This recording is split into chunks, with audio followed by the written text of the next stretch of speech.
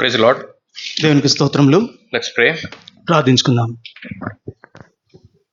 Our loving and living Heavenly Father, as we bow in the presence, thank you, Lord, for giving us the opportunity to come and be in your presence, Lord. Even now, hide us behind the cross. Let your words alone be spoken, Lord. I'm an unworthy servant. It's only by your grace I'm standing here, Lord. It is your words that has to be spoken. Please help and provide the words, Lord. At the same time, open our ears so that we'll be able to hear and bring glory and honor to your name. Take control of everything. We commit all this in Jesus' precious name. Amen.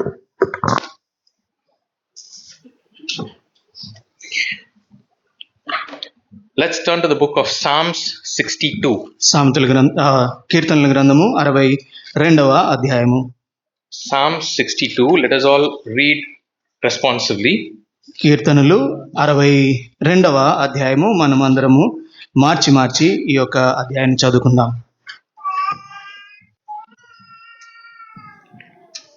నా ప్రాణము దేవుని నమ్ముకొని మౌనంగా ఉన్నది, ఆయన వలన నాకు రక్షణ కలుగును. He is my rock and my salvation. He is my defense. I shall not be greatly moved. ఎన్నాళ్ళు మీరు ఒకనిపై పడుదురు, పొరుగుచున్న గోడను పడబోవు కంచెను ఒకడు పడద్రోయినట్లు మీరందరూ ఎన్నాళ్ళు ఒకని పడద్రోయిచుదురు.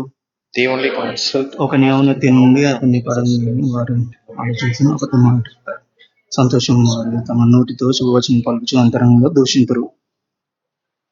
నా ప్రాణమా దేవుని నమ్ముకొని మౌనంగా నుండుము, ఆయన వలననే నాకు నిరీక్షణ కలుగుచున్నది. ఆయననే నా ఆశ్రయం, నా ఎత్తైన కోట ఆయనే. నా రక్షణకు నా మహిమకు దేవుడే ఆధారము, నా బలమైన ఆశ్రయదుర్గము, నా ఆశ్రయము దేవుని యందే ఉన్నది. జనులారా ఎల్లప్పుడు ఆయన యందు నమ్మిక ఉంచుడి, ఆయన సన్నిధిని మీ హృదయం కుమరించుడి. దేవుడు మనకు ఆశ్రయము. అల్పులైన వారు వట్టి ఊపిరి అయి ఉన్నారు, ఘనులైన వారు మాయా స్వరూపములు త్రాసులో వారందరూ తేలిపోదురు. వట్టి ఊపిరి కన్నా అలకన ఉన్నారు. బలాత్కారమందు నమ్మిక ఎంచుకుని దోచుకుని చేత గర్వపడి ధనము హెచ్చినను దాన్ని లక్ష్యపెట్టి. బలము తనదని ఒక మారు దేవుడు సెలవిచ్చును, 2 మారులు ఆ మాట నాకు వినబడెను. ప్రభువా, మనుషులందరికీ వారి వారి క్రియల చొప్పున నీవే ప్రతిఫలం ఇచ్చున్నావు, కాగా కృప చూపుటయు నీది. So we are all here. It's only by his pure grace and mercy. మనము ఇక్కడ కూడుకొని ఉన్నాము, ఇది కేవలము ఆయన యొక్క కృప కనికరం వలన. We saw this even in the opening prayer when brother prayed. He mentioned about that very clearly. మనము ఆరంభ ప్రార్థనలో కూడా సహోదరుడు ఆ విషయాన్నే మనకు ఆ ప్రార్థనలో ప్రార్థించాడు. In verse 5 we see, my soul wait thou only upon God. 5వ వచనంలో నా ప్రాణమా దేవుని నమ్ముకొని మౌనముగా ఉండుము. For my expectation is from him. ఎందుకంటే ఆయన వలననే నాకు నిరీక్షణ కలుగుచున్నది. Everybody living in this world have different expectations and thoughts. ఈ యొక్క లోకంలో జీవించే వారి అందరికీ కూడా వేరు రకాలైన తీర్మానాలు లేదంటే నిరీక్షణలు, ఆశలు ఉన్నాయి. But if we have our expectations on the Lord to fulfill things, it will happen according to his will. మనము దేవుని యందే నిరీక్షణ ఉంచితే అది అంతా కూడా దేవుని చిత్తంలో మన పట్ల జరుగుతుంది. But if it is that's on something else, then everything goes for a toss. ఒకవేళ అది కాకుండా ఉంటే ప్రతిదీ కూడా మనకు వ్యతిరేకంగా అవుతుంది. In this chapter we see the word my salvation comes 4 times. మనము ఈ యొక్క వచనాల్లో చూస్తే నా రక్షణ అనేది 4 మార్లు కనపడుతుంది. In verse 1 we see from him cometh my salvation. మొదటి వచనంలో మనం చూస్తాము ఆయన వలన నాకు రక్షణ కలుగును. So it very clearly says it's only from him and nobody else can give us salvation. కాబట్టి రక్షణ అనేది కేవలము దేవుని నుంచే, ఇంకా ఎవరు కూడా రక్షణను కలుగజేయలేరు. We can be saved only through him. కేవలము ఆయన ద్వారానే మనము రక్షించబడతాం. Verse 2 and 6 also says he is my rock and my salvation. 2వ వచనము 6వ వచనంలో కూడా మనం చూస్తాము ఆయనే నా రక్షణకర్త. 6వ వచనంలో ఆయన నా రక్షణ ఆధారము. Here it says the word only very clearly. ఇక్కడ చాలా నిర్దిష్టంగా రాయబడి ఉంది ఆయనే. And in verse 7, in God is my salvation. 7వ వచనంలో నా రక్షణకు దేవుడే ఆధారము. So God is the salvation, and He's the only one who can give us the redemption. దేవుడే మన యొక్క రక్షణ అయి ఉన్నాడు. అదే విధంగా ఆయనే మనకు రక్షణ కలుగు చేసేవాడు. In common terms, when we see what is salvation, సాధారణమైన పదాల్లో మనం చూస్తే రక్షణ అంటే ఏమిటి అంటే it is deliverance from sin అది పాపం నుండి విడుదల, and its consequences, దాని యొక్క పర్యవసానాల నుండి కూడా విడుదల, from spiritual death, అది ఆత్మీయమైన మరణం నుంచి విడుదల, from the separation of God, it comes to unity with God. దేవునితో ఐక్యంగా ఉండే ఎడబాటు నుంచి విడుదల. We all are born as sinners. మనమందరం కూడా పాపంలో జన్మించిన వారం. We live in the sinful world. మనము ఈ యొక్క పాపపు లోకంలో జీవిస్తుంటాం. In this world, there is no place which is without sin. ఈ యొక్క లోకంలో ఏ స్థలము లేదు, అక్కడ పాపము ఉనికి లేదు అని చెప్పడానికి. And there is no one in this world who has lived a holy life or a life without sin. అదే విధంగా ఈ భూమి మీద బతికే ఏ వ్యక్తి కూడా నేను పాపం లేకుండా జీవిస్తున్నాను, నాలో పాపం లేదు అని చెప్పజాలడు. Except one and only Jesus Christ. కేవలము యేసుక్రీస్తు ప్రభు మాత్రం తప్ప. He came into this world to save each and every one of us. ఆయన ఈ లోకానికి వచ్చాడు మనలో ప్రతి ఒక్కరిని రక్షించడానికి. He came into this world for the sin to be removed from us and to have deliverance. ఆయన ఈ లోకానికి ఎందుకు వచ్చాడు అంటే మనలో ఉన్న పాపాన్ని తీసివేసి మనకి విడుదలను కలుగజేయడానికి. Which also we see in Acts chapter 4 and verse 12. ఆ విషయాన్ని మనము అపోస్తలుల కార్యములు 4వ అధ్యాయము 12వ వచనంలో చూస్తాము. Acts chapter 4 అపోస్తలుల కార్యములు 4వ అధ్యాయము and verse 12. 12వ వచనము. మరి ఎవని వలనను రక్షణ కలుగదు, ఈ నామముననే మనము రక్షణ పొందవలను గాని ఆకాశం క్రింద మనుషుల్లో ఇవ్వబడిన మరి ఏ నామమున రక్షణ పొందలేము అనెను. So the verse is very clear. Neither is there salvation in any other. కాబట్టి ఇక్కడ వాక్యం ఎంతో స్పష్టంగా చెప్తుంది, మరి ఎవని వలన రక్షణ కలుగదు. Only by His name under heaven, which is given to us to be saved. కేవలము ఆకాశం క్రింద ఆయన నామములోనే తప్ప ఏ నామంలో కూడా మనకు రక్షణ కలుగదు. It is only through Jesus Christ. ఇది కేవలము యేసుక్రీస్తు ప్రభు వారు మాత్రమే. There is no other one, no other person or no other way. ఏ మార్గము లేదు, ఏ వ్యక్తి లేదు, ఇంకా ఎటువంటి విషయం కూడా లేదు మనల్ని రక్షించడానికి. And in John chapter 14 and verse 6 we read, యోహాను సువార్త 14వ అధ్యాయము 6వ వచనంలో మనం ఈ విధంగా చదువుతాము. I am the way, the truth and the life. No man cometh unto the Father but by me. యేసు నేనే మార్గమును సత్యమును జీవమును, నా ద్వారానే తప్ప ఎవడును తండ్రి యొద్దకు రాడు. So it is only through Jesus Christ we can approach the Father. కాబట్టి మనము తండ్రిని దగ్గరకు వెళ్ళాలి అని అంటే కేవలము యేసుక్రీస్తు ప్రభు మాత్రమే మార్గం. In this world, people try many different ways to become spiritual and to live without sin. చాలా మంది పాప రహితంగా అదే విధంగా ఆత్మీయంగా జీవించాలి అని చెప్పి వేరే వేరే మార్గాల గుండా వారు వెళ్తూ ఉంటారు, లేదంటే ఆచరిస్తూ ఉంటారు. But all this ends up in a failure. కానీ ఇవన్నీ కూడా పతనానికే దారితీస్తాయి. So let's also read one more verse from 1 John chapter 5. మరి ఒక వచనాన్ని చదువుతాము. మొదటి యోహాను 5వ అధ్యాయము verses 11 and 12 together. 11, 12 వచనాలు మనం కలిసి చదువుకుందాం. మొదటి యోహాను 5 1 John 5 verses 11 and 12. 11, 12 వచనాలు. ఆ సాక్ష్యం ఏమనగా దేవుడు మనకు నిత్య జీవమును దయచేసెను. ఈ జీవము ఆయన కుమారుని యందున్నది. దేవుని కుమారుని అంగీకరించువాడు జీవము గలవాడు, దేవుని కుమారుని అంగీకరింపని వాడు జీవము లేనివాడే. So the word of God very clearly specifies we get eternal life only through His Son. మనకు దేవుని యొక్క వాక్యం ఎంతో స్పష్టంగా చెప్తుంది, కేవలము మన నిత్య జీవం పొందటానికి ఆయన కుమారుని యందే పొందగలుగుతాం. If it is not through His Son Jesus Christ, there is no life. ఒకవేళ యేసుక్రీస్తు అనే దేవుని కుమారుని యందు కాకుండా ఉంటే మనకు నిత్య జీవము లేదు. Unless we believe on the Lord Jesus Christ, మనము యేసుక్రీస్తు ప్రభువులో నమ్మకము ఉంచకుండా ఉంటే we are spiritually dead. Physically we might be alive, but spiritually we are dead. మనం భౌతికంగా జీవం గల వారమే ఉంటాం, కానీ ఆత్మీయంగా మనం చనిపోయిన వారం. So for us to live in eternity and live a life, it is only through Jesus Christ when we accept Him as our personal Savior. కాబట్టి మనం నిత్య జీవంలో జీవించడానికి ఏకైక మార్గము యేసుక్రీస్తు ప్రభు వారిని మన సొంత రక్షకునిగా అంగీకరించడమే. Only through him we have the redemption. కేవలము ఆయన ద్వారానే మనకు విమోచన.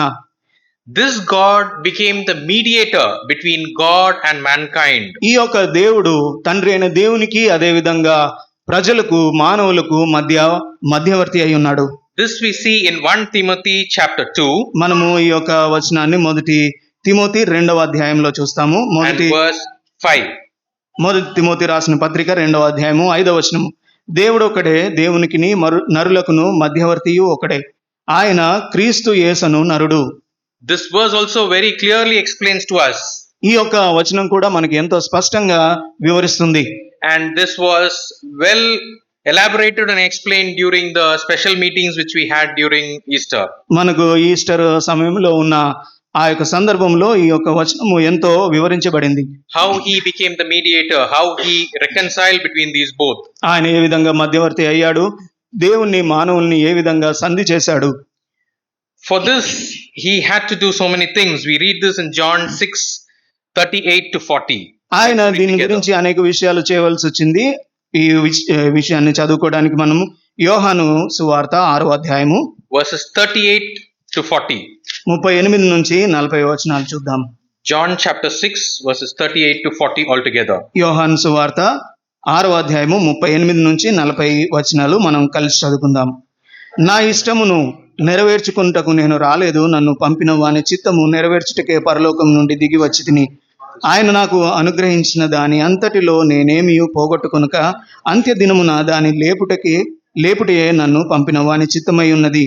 కుమారుని చూచి ఆయన యందు విశ్వాసముంచు ప్రతి వాడును నిత్య జీవం పొందుటకే నా తండ్రి చిత్తము. అంత్యదినమున నేను వాణ్ణి లేపుదును.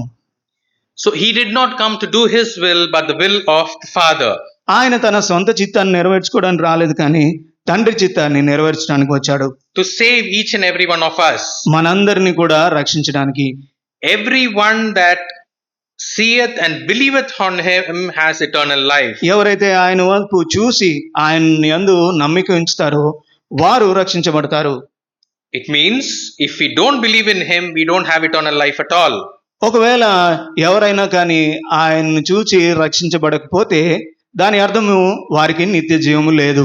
He was in a place where there were many to worship him, praise him continuously, 24 elders, angels and everybody. మనం చూస్తే ఈ యొక్క దేవుడు పరలోక స్థానంలో ఉన్నప్పుడు 24 పెద్దలు, 4 జీవులు, అనేకమైన దేవదూతల సమూహము ఆయన్ను ఎప్పుడు ఆరాధిస్తూనే ఉన్నది. But leaving all this, he came into this world with the love and grace which he had towards us. అయితే అవన్నీ వదిలిపెట్టి మన పట్ల ఆయన చూపిన ప్రేమ కృప వలన ఆయన ఈ భూలోకానికి వచ్చాడు. He left his heavenly throne and abode and came as he was born and lived here. ఆయన పరలోక సింహాసనాన్ని విడిచిపెట్టి ఒక శిశువుగా ఈ యొక్క భూమి మీద జన్మించాడు. Without him, none of us will be here. We were all destined to hell. ఆయన లేకపోతే మనందరం కూడా ఇక్కడ ఉండేవారం కాదు, మనం కేవలం నరకానికే పాత్రులమయ్యాం. If we don't believe and accept him as our savior, we will not be saved from the eternal bondage of sin, which we also see in John 3:16. యోహాను సువార్త 3వ అధ్యాయము 16వ వచనంలో ఒకవేళ ఆయన యందు నమ్మిక ఉంచకపోతే మనము నిత్య నరకానికి వెళ్తాము.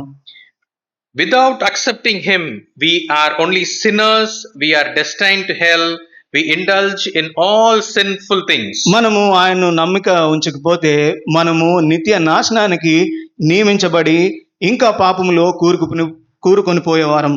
With him as our savior, when we accept him, we become holy people. మనం ఎప్పుడైతే ఆయన్ను అంగీకరించామో పరిశుద్ధ జనాంగమయ్యాము. We have the hope of being with him in heaven for eternity. అదే విధంగా నిత్యత్వంలో ఆయనతో నివసించే యొక్క నిరీక్షణను మనం కలిగి ఉన్నాం. We will be free from sin and we will be with God and the Father. మనము పాపం నుంచి స్వేచ్ఛగా అయిపోయి దేవునికి తండ్రితోటి మనము తండ్రి దగ్గర మనము ఉండగలుగుతున్నాం. We will be doing his will and his plan in our lives. ఆయన చిత్తాన్ని, ఆయన ప్రణాళికను మన యొక్క జీవితంలో నెరవేరుస్తున్నాం. Because of his love towards us, while we were sinners, he came into this world and became sin. ఎందుకంటే మనం ఇంకా పాపులమై ఉండగానే ఆయన మన కొరకు ఈ లోకానికి వచ్చారు. మనం ఇంకా పాపలమై ఉండగానే ఆయన మనల్ని రక్షించాడు. మన కొరకు ఆయన పాపముగా చేయబడ్డాడు. He was not a sinner. He did not do any sin, but he became sin because of us. ఆయన పాపముగా చేయలేదు, ఆయన పాపి కాడు. కానీ మన కొరకు మన పాపముల నిమిత్తము ఆయన పాపముగా చేయబడ్డాడు. He took on himself all the sins, whether it is small or big, on himself. ఆయన చిన్నదైనా పెద్దదైనా మన యొక్క పాపములన్నిటినీ ఆయన మీద భారంగా మోసుకున్నాడు. Not only that, he took the punishment for all that on him. అదే విధంగా మన మీద ఉంచవలసిన శిక్ష అంతటిని ఆయన మీద వేసుకున్నాడు. He shed his precious blood on the cross of Calvary. ఆయన తన ప్రశస్తమైన రక్తాన్ని కలువరి శిలువలో కార్చాడు. Sinless, spotless blood. అది పాపరహితమైన నిష్కలంకమైన రక్తం. For what? To redeem each and every one of us in this world. దేని కొరకు ఆయన చిందించాడు? ప్రతి ఒక్కరిని కూడా ఈ లోకంలో ఉన్న వారిని రక్షించడానికి. In the Old Testament, we see the high priest could enter into the Holy of Holies after cleansing all the sins. మనం చూస్తే పాత నిబంధనలో ప్రధాన యాజకుడు ఆయన అతి పరిశుద్ధమైన స్థలంలోకి ప్రవేశించడానికి ఆయన తను తాను పవిత్రం చేసుకోవాల్సి వచ్చేది. But if even if there is a small sin, he is dead. ఆయన ఒకవేళ చిన్న పొరపాటు పాపం చేస్తే అతడు ఆ యొక్క స్థానంలోనే మరణించే వ్యక్తిగా ఉన్నాడు. He was pulled with a rope and brought out. ఆ యొక్క ప్రధాన యాజకుడికి ఒక తాడు కడతాడు, ఆ తాడు పట్టుకొని ఆయన బయటకు లాగుతారు. But because of our Lord Jesus Christ, his sacrifice on the cross of Calvary, we have the access to the Holy of Holies. చూడండి, యేసుక్రీస్తు ప్రభు వారి యొక్క త్యాగము, ఆయన యొక్క బలియాగం వలన మనము ఈ యొక్క పరిశుద్ధ స్థలంలోనికి ఎంతో స్వేచ్ఛగా తండ్రి దగ్గరకు ప్రవేశించగలుగుతున్నాం. When we are washed by his blood, we get redemption.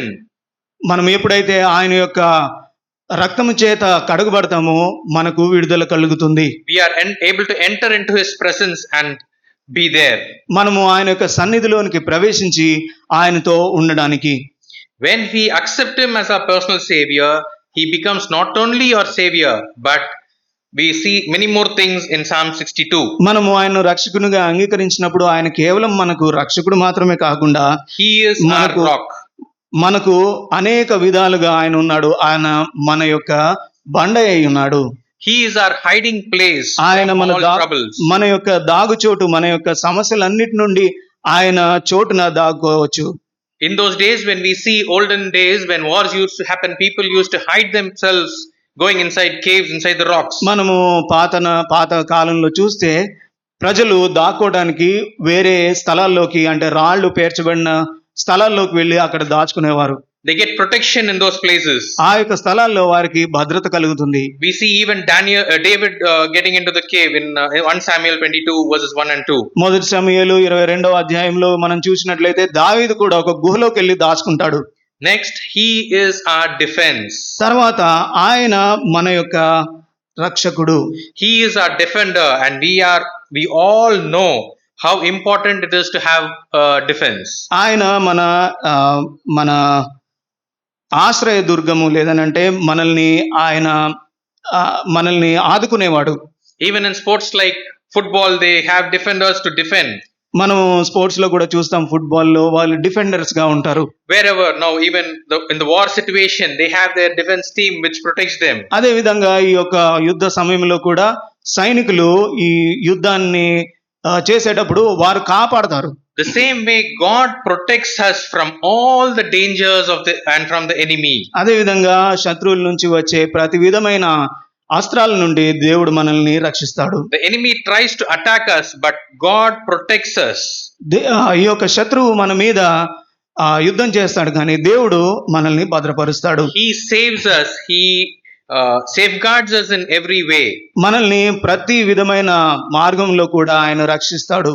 And in Psalms 62 verse 7 we see he is our refuge. మనం చూస్తాము 62వ కీర్తన 7వ వచనంలో ఆయన మన యొక్క ఆశ్రయము. He is our glory. ఆయన మన యొక్క మహిమ. He is our strength. ఆయన మన యొక్క సామర్థ్యము. He shows and pours his mercy on us. ఆయన మన బలము, ఆయన యొక్క కనికరాన్ని మన మీద చూపుతున్నాడు. But we have to trust and obey him in whatever he says. మనము ఆయన ఏది చెప్తాడో దానిలో మనము విశ్వాసం ఉంచాలి, లేదంటే విధేయత చూపించాలి. then what happens? He becomes a rock. అప్పుడు ఏం జరుగుతుందంటే ఆయన మన యొక్క రక్షణ దుర్గం అవుతాడు. He becomes a defender. ఆయన మనల్ని ఆదుకునే దేవుడు అవుతాడు. He becomes our strength. ఆయన మన బలమై ఉంటాడు.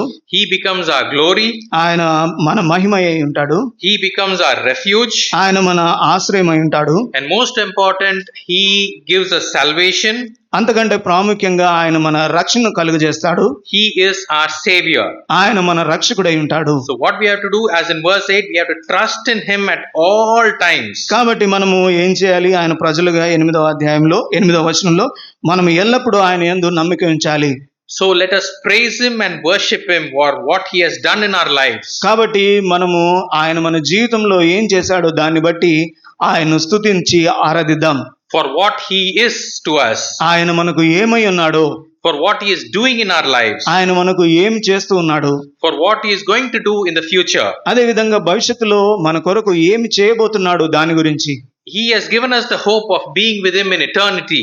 మనము నిత్యత్వములో ఆయనతో ఉంటాము అనే యొక్క నిరీక్షణ మనకు కలుగజేశాడు. So what we can render unto him, only a few words of worship and praise which we can render unto him. కాబట్టి ఈ విధంగా మనకు చేసిన దేవునికి మనం ఏమి అర్పిస్తాము? కేవలము మన యొక్క స్తుతి ఆరాధన తప్ప.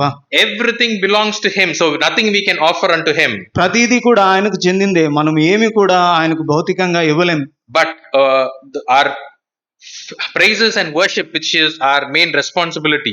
కాబట్టి మన యొక్క బాధ్యత ఏంటి అని అంటే ఆయన్ను ఆరాధించటము, ఆయన్ను స్తుతించడం So let మాత్రమే. us not be silent, but take this time to praise and worship the Lord. కాబట్టి మనం మౌనంగా ఉండకుండా ఈ యొక్క అవకాశాన్ని దేవుని స్తుతించడానికి, ఆరాధించడానికి తీసుకుందాం. With these few words, let us enter into worship. ఈ యొక్క కొన్ని మాటల ద్వారా మనము ఆరాధనలోకి ప్రవేశిద్దాం.